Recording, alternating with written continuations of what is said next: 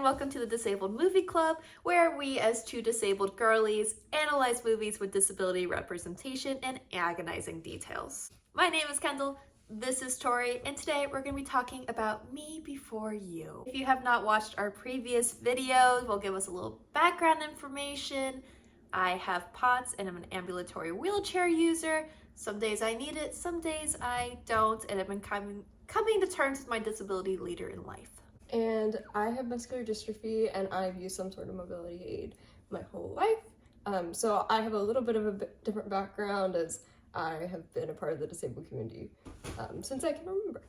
This is our very first video that we get to start with a trigger warning. We will be talking about suicide, specifically assisted suicide. If this topic makes you uncomfortable, please don't watch this video. And depression. And depression, mental illness in general. Mostly the biggest trigger is going to be suicide.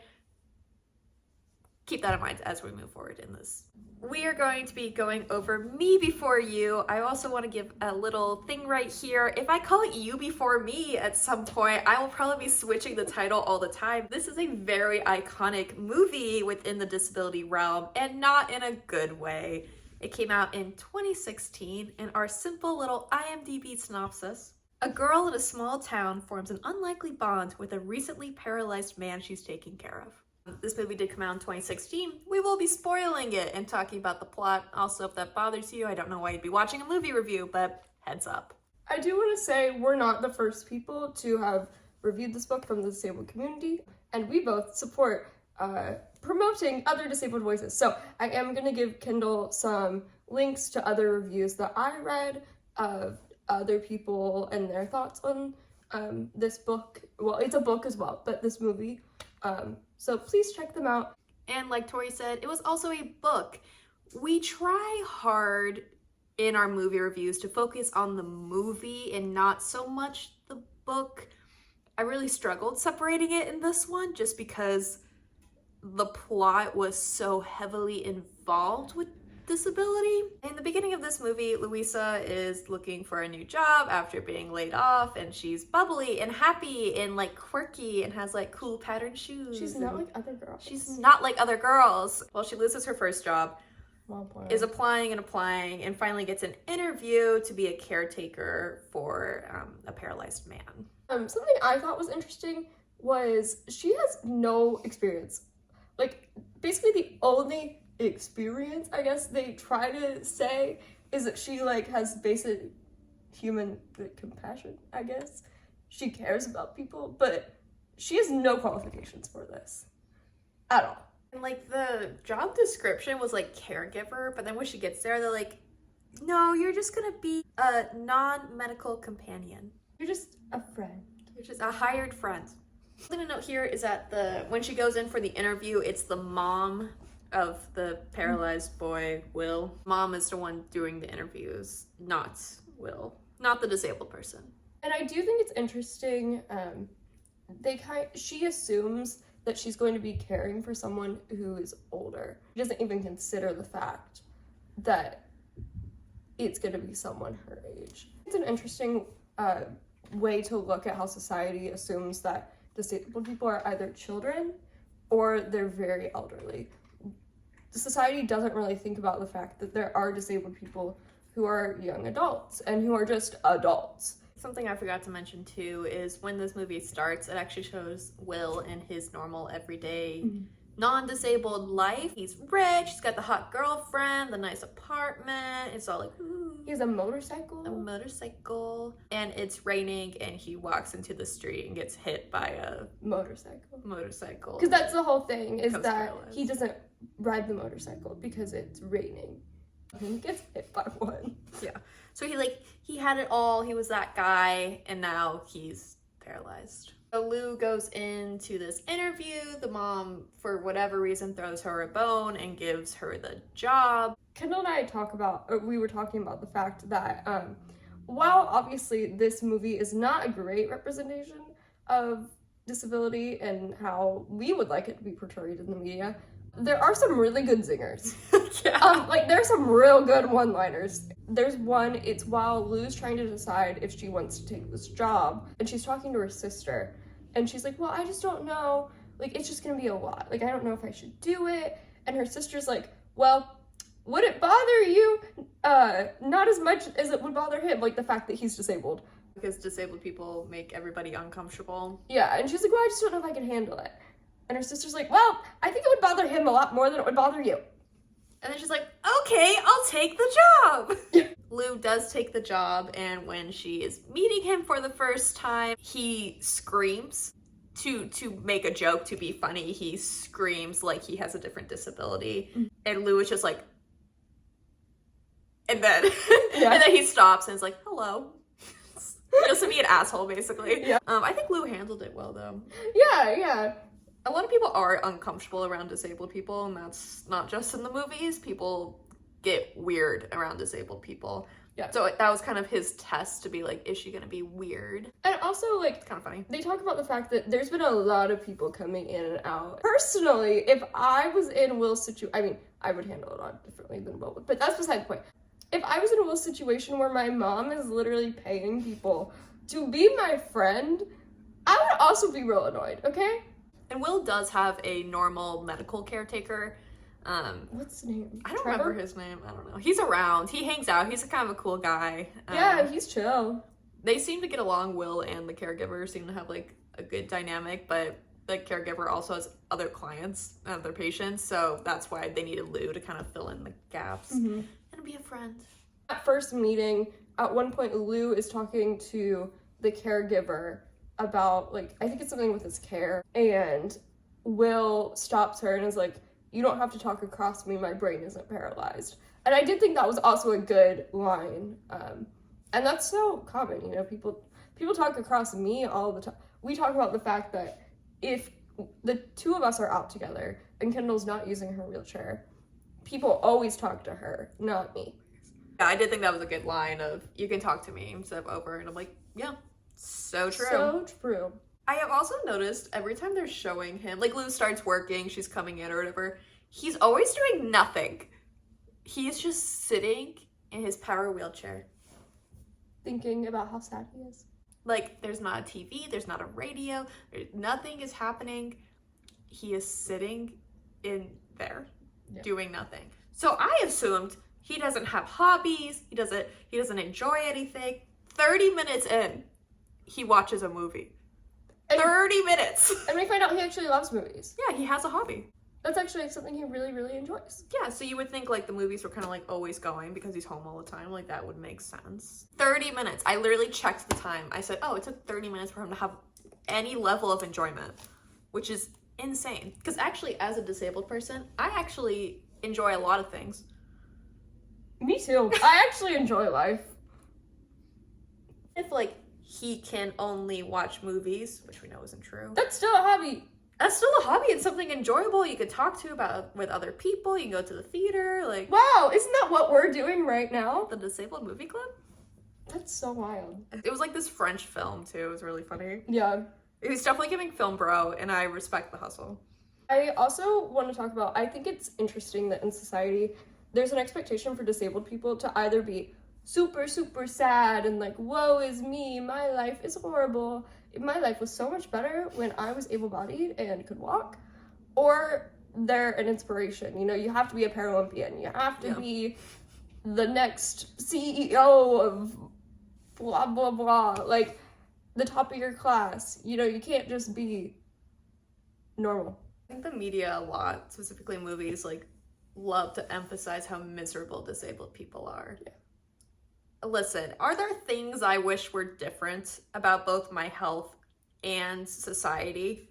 Yeah, absolutely. But like, I don't live a bad life. And like, it's so weird that movies love to be like, disabled people are so miserable. Most of the disabled people I know are not miserable. Again, are there certain things they might not like? But we've always said like, it's how society treats us more in like the accessibility of things versus like being in a wheelchair. Yeah. And I also think it's an important note that even if you do know a disabled person in your life who is having a hard time and is very miserable, I guess you could say, that's also likely something that's temporary. You know, I've definitely had times in my life where for months I was miserable and I was not going out. I was not doing a lot of hobbies.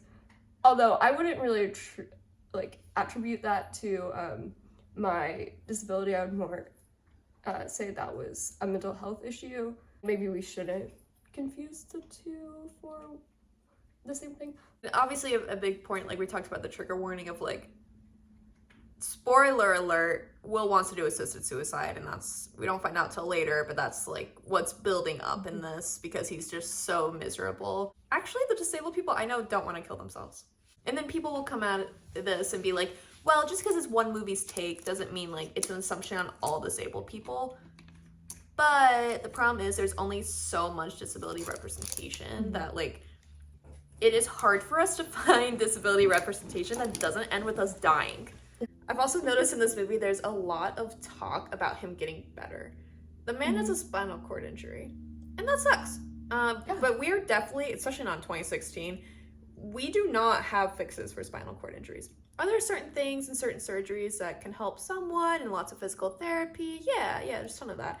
I don't like when there's constant talk about someone who is disabled trying to not be disabled. Again, would I love if my heart condition could just be fixed and it would be easy peasy and my life would be easier? Yeah, sure. But also I can't like continuously think like that, or like I'll never move on with my life. I feel like I had a pretty similar situation growing up. When I was 9, I had a complete spinal fusion. And during that surgery, I could have become paralyzed. I'm not surprised, I can move my legs. But with that, I did lose the ability to walk, kind of. Going back, I had to use a walker. And at the time, my doctors and my physical therapist were really, really hopeful that I was going to be able to get back into being able to walk without a mobility device. And I spent multiple years in and out of physical therapy, trying to make that a reality. My parents had to come to terms with, as well as me, about the fact that like it's not sustainable for me to walk without a mobility device, really in general, but even just in my day-to-day life. You know, I have so much more independence now, that even since I've stopped using my walker, and that I use a wheelchair full time, like there's no way I would be able to do any of the things I do if I had not accepted that fact. I hate that we have this narrative in society where we have to be thinking about how we're getting better. You know, I've had people come up to me and be like, did you hear about this stem cell treatment? Did you hear about this magical surgery that'll make your muscles loosen? And because they just go and cut that. Like, no, I don't want that. I'm not saying I'm not a part of research studies. I would love to have a cure for my disease one day. That would be lovely. But I don't need that to function with my life. Side note, I simply do not understand why he had to quit his job. I don't know, he's a banker. You don't think a banker could do it? Yeah, he does he does stocks. He's not doing physical labor. I truly don't understand why he had to leave his career, because nothing they talk about in his job, like his actual job, you know, sure, I know he can't go surfing or whatever it was that he was doing, which actually there are people that do adaptive sports, so that's side note.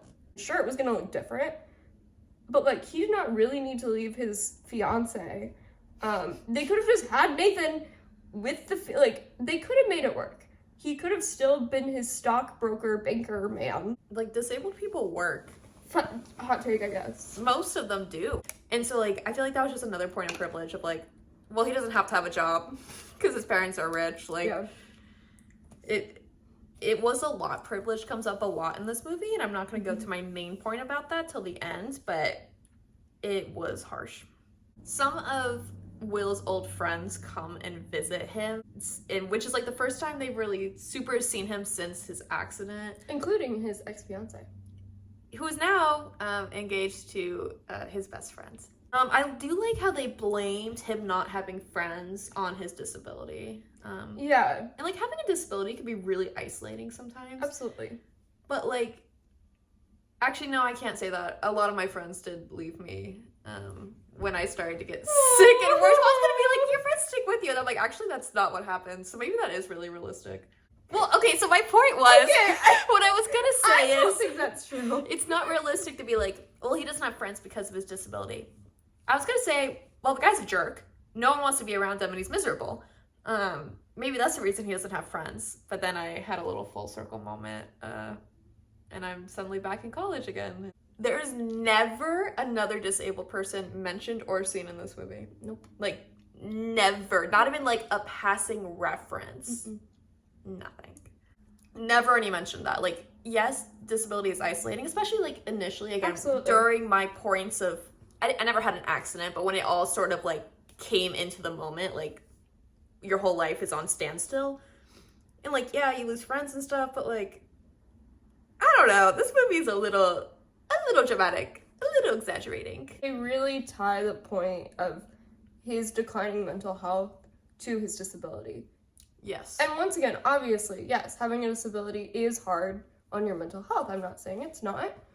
But I would not say that my disability is what causes any of my mental health issues.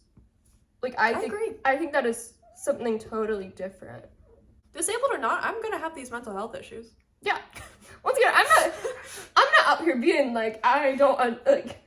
And I would actually say my mental health is generally better when I use the resources designed for myself. A funny little, I don't know, our little disability zingers that I like realistic little things. At some point they go to a horse racing thing. That Lou's like, we have to go to the horse racing. Like, she gets like really into it. Because like he's never done it. And she's like, you've never done it, and like we have to go do it. And I don't, it was random is what it felt like. Maybe that's more of an English thing. Yeah, I was gonna say people in England might get that more than we do. Yeah, I felt like I could if go you do 50-50 get that, on that. Please comment? let us know, I guess. Yeah. Were we just being like, that's random? Or were you like, no, everybody has to see the horse races in their life? Let us know. They have a wheelchair access van, right? So the ramp comes down and Will goes out and he gets stuck in the mud. If I get stuck, they get people to help him, like. But I also wanted to know that I put a note about that scene. It's interesting how much they disregard his autonomy in that scene. Because he the whole time is like, no, let's not do this. No, this is a bad idea. No, we shouldn't get myself stuck in dirt. And then you can tell that he's so, like... He's uncomfortable. He's uncomfortable. And it's uncomfortable as someone who has gotten stuck in the dirt. It's not enjoyable. That was hard. Like, so I really felt that scene. Like, that was really accurate, I felt like. Yeah, afterwards they're going to a restaurant. They can't get into the restaurant, which is a thing in itself, and actually has nothing to do with this disability. She's just a poor planner. Yeah, you need like a special pass, which they didn't have. One thing I liked is that he was like, I don't want to eat in public because it's uncomfortable for me. He has to be fed. He can't feed himself. That's uncomfortable for him. People stare. People stare at you just in a wheelchair. Lou's like insisting, no, we can eat here. We can eat here. Like, and he's like, I don't want to. I don't want to. I don't know I think in that scene, I don't think Lou gets it. I don't think she understands why he's saying no. I think she just thinks he's being obstinate because he's an obstinate man. Like, he is a very negative man and hard to be around. I don't think the character is doing it purposely, but that doesn't matter. Like, it's still the disregard of. And then eventually Nathan is like, no, Lou. Like, we're done. We're done. We need to go. Yeah. And I thought that was interesting. Yeah. Interesting point. And there's just more montages of them, like, living life, her getting him to do things, right? Maybe he likes life. So then it's Lou's birthday. And Lou lives with her parents, and she supports them, which is like the main reason she takes this job. So they invite him over to her house, which is also interesting because her house, I guess, is just randomly accessible. Yeah. I'll be real with you, most houses aren't. And especially not, like, again, I'm not English. I do not live there. From what I've seen from TV and movies, y'all's houses don't look accessible. Yeah, but I guess he's able to get in. Yeah, with the power chair. So that was pretty interesting. Impressive. So something we haven't commented on yet is, so Lou has a boyfriend named Patrick. So he's at this birthday party and he pulls out, like, they're at the dinner table and he's like trying to make conversation with Will, but obviously he like doesn't really see him as a real person or anything. So then Patrick is like, Will, have you seen this study where they're like getting paralyzed people to not be paralyzed anymore? And I thought that was really interesting. That's so accurate. And people just being like, wow, I'll look into that. He's like trying to be nice and not like the ass he usually is, which I respect. I respect that he was trying. Yeah, and then this also starts to play into, at this point, Will and Lou are like becoming very connected emotionally. Like, they honestly just get along very well when Will's not being a jerk. Yeah. And obviously Patrick is a loser, and has no like emotions or, you know, feeling or for whatever reason. He's just running man. He's trying to get jealous, but like that's not really, I don't know. I guess it's interesting how they try to play the duality of like a man who has no control over his body and only his mind versus man who just runs. Yeah, like they were not subtle with the metaphors at all. At this point, Lou finds out that Will wants to do assisted suicide, and she talks to the mom, and the mom's like, yeah, no, I know. That's why you're hired. And Lou's like, oh, okay. So then she plans all of these trips to kind of have like the last, like, a last good 6 months, I guess. But it's mostly so Lou can be like, look how great life is. Yeah. Look, it's amazing. It's amazing. Don't kill yourself. Oh, you're so cute. You're so hot. Like, don't. Yeah, another point of the plot that is discussed, we talked about how the ex-fiance is now engaged to the best friend, right? So they pity invite him to this wedding. And they go. And Lou. And Lou goes. Lou goes as the date. And obviously, you know, she shows up and she's so hot and she's not like other girls. And everyone's like, oh my goodness, who is this girl that will trainer Barack to this shindig? There's like this whole scene where they dance on the dance floor and she like sits on his lap and like they're like, we have to steal the show. Also should be noted, again, Lou has a boyfriend. Yeah. Well, and this is definitely beyond the lines of having like being a friend, being a caretaker. This is definitely like, I'm gonna sit on your lap and we're gonna dance around it. Like, Lou. Yeah. Lou. They go on a trip to the beach where they have like this amazing time and they're having like all these moments, and they're like sitting on the beach and Lou's like, see, life is worth living. And Will's like, I'm still gonna kill myself. I would say he says it in more graceful terms, but he was like, you know, I love you. Like, I promise it's not you. But I'm still gonna kill myself. And obviously she's deeply offended by that. So she leaves him on the beach. Hell of a caregiver, let me say. Which, like, we don't see Will being able to call anyone, like, using his own phone or anything.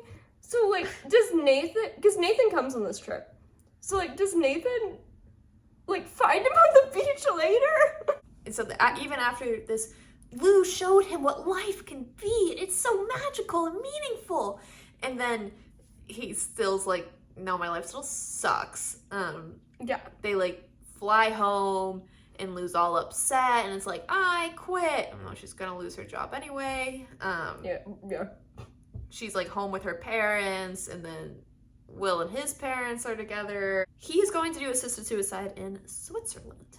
And before we get to this point, the whole reason Lou was hired was that his mom and Will had this discussion, this agreement that Will would give her 6 months.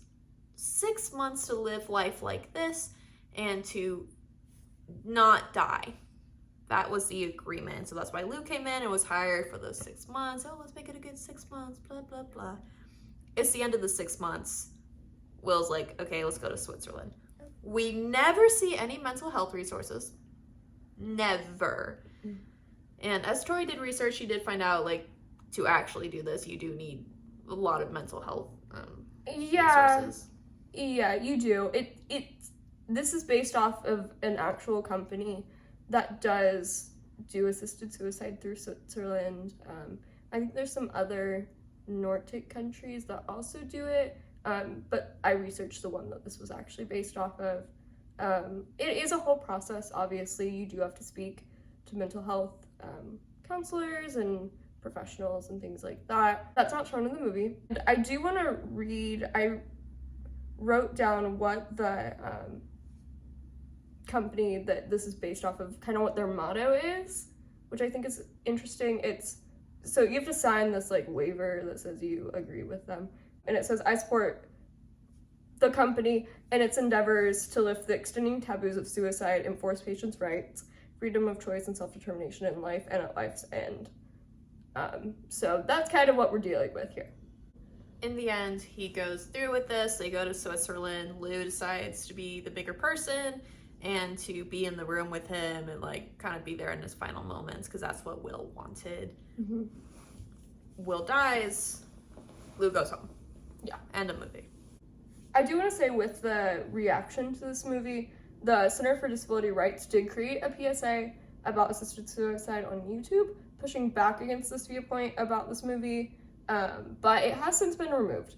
So if you search like reactions to Me Before You, disability, the URL comes up, but the video itself isn't there anymore. So I was able to read a little bit about what it's supposed to be about, but I was not able to actually see the video anymore. But I did think it was interesting that the center did do a PSA. And the point of this video isn't to talk into crazy details about assisted suicide, nor our opinions about it. The biggest thing is that every time the media shows this, it's always about disabled people using this resource, and that's exhausting. That it's always us who really shouldn't live, is what our lives aren't worth living. Yeah. Another thing that I thought was interesting, at one point Will tells Louisa, because Lou is like, hey, well, we can go to Paris, like I know you boys want to go to Paris, and he's like, no, you don't understand, I want to be in Paris as me. And it's this whole, like, that really wraps up this whole movie of where Will is so convinced that his ability to physically do the things that he was able to do is his identity. And that's just not something that I believe, personally. You know, I don't think that my identity is based on what I physically can do. And I hate this viewpoint in the media that everyone assumes that that is the case. You know, we talk about the fact that, like, the disabled community is the only minority that anyone can join at any time. He still can do a lot of things. He's just not willing to do it. I think that line is interesting to me. It is something, honestly, I've struggled with. I remember I did the Disney College program back in 2020, and I was struggling heavily with health issues that I did not know about. And I remember, like, a year or two later going back to Disney World and being in this one strip of land in Magic Kingdom right by where I worked, and I was like, wow, I'm not the same person. Like, it was hard to, like, have all these memories and turning all these corners and being like, wow, I can't do that anymore. I understand the feeling of that, but then you have to realize, like, bigger picture, like, okay, like, I'm different, life has changed, but you have to move on. Will, oh my god, is completely unwilling to move on. It's not that big of a deal, actually.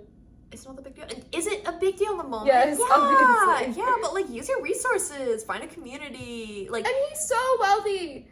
He has so many resources. That's the biggest thing I got from this movie. He was a terrible person who was unwilling to live a different life. He was privileged, and the only reason he went through with all this is because he was so goddamn privileged. And that's why it happened. The movie happened this way because he was privileged. If you are new to the disability world, and you're struggling with figuring out this new version of yourself, find your community, find your resources, comment below. Like, it's hard, but it's worth it. Yeah. It's worth figuring out this new version of you. It is so worth doing that. This is a random note, and I don't remember when they did it, but I think it was the wedding when they were dancing. the Ed Sheeran song came on that was like, when your legs don't work like you used to before. And I was like, I did not catch that. That was really funny. I did. I was like, I mention this in every movie, every video we do. What's my biggest pet peeves? When a non-disabled actor is playing a disabled character. And obviously this movie came out in 2016, so therefore disabled people didn't exist to be actors. Nope. And so the main actor who plays Will does not have a disability. Boo! To rate this movie, we're going to be rating out of Ed Sheeran songs. 5 Ed Sheeran songs being that this was a very accurate depiction of being disabled, and 1 being this is not a good disability representation. Tori, what would you rate it? I would give it a 2.5. Sorry, I changed my rating. Out of Ed Sheeran, or 2.5 Ed Sheeran songs out of 5 Ed Sheeran songs. I definitely think there are some really good moments of, like, that truly, like, I relate to that as a disabled person, and we talk about those. But obviously, I don't agree with the main plot. I do not relate to as a disabled person. You know, I don't feel like I wake up every day and I'm like, wow, I hate being disabled enough, I need to go kill myself. But once again, I do think that there were a lot of little moments that were very, very accurate.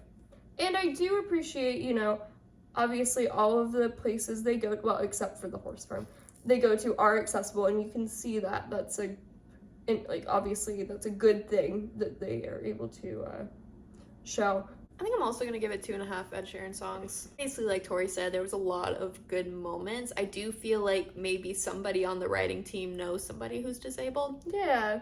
It was brewed at a factory that contains peanuts. Yeah, I kind of felt like that. But overall, I think to continue this narrative of disabled people want to die is exhausting and overdone. And it's okay to feel those feelings, but also I'm really tired of movies being made about it from non-disabled people. If you want to have that conversation within your community and with your therapist, I think that's fine. Again, we're not saying like shame on anybody who feels this way. It's just, it's exhausting. Mm-hmm. It's always like this. Yeah. And I'm just sick and tired of it. Comment down below what disabled representation movie we should do next. Please don't forget to like and subscribe. We're like 140 of y'all. That's crazy. Thanks for joining me and Tori as we going through all these movie reviews and talking about our opinions and trying to build our own little disabled community on YouTube. Thanks for watching. I'll see you in the next video. Bye. Bye.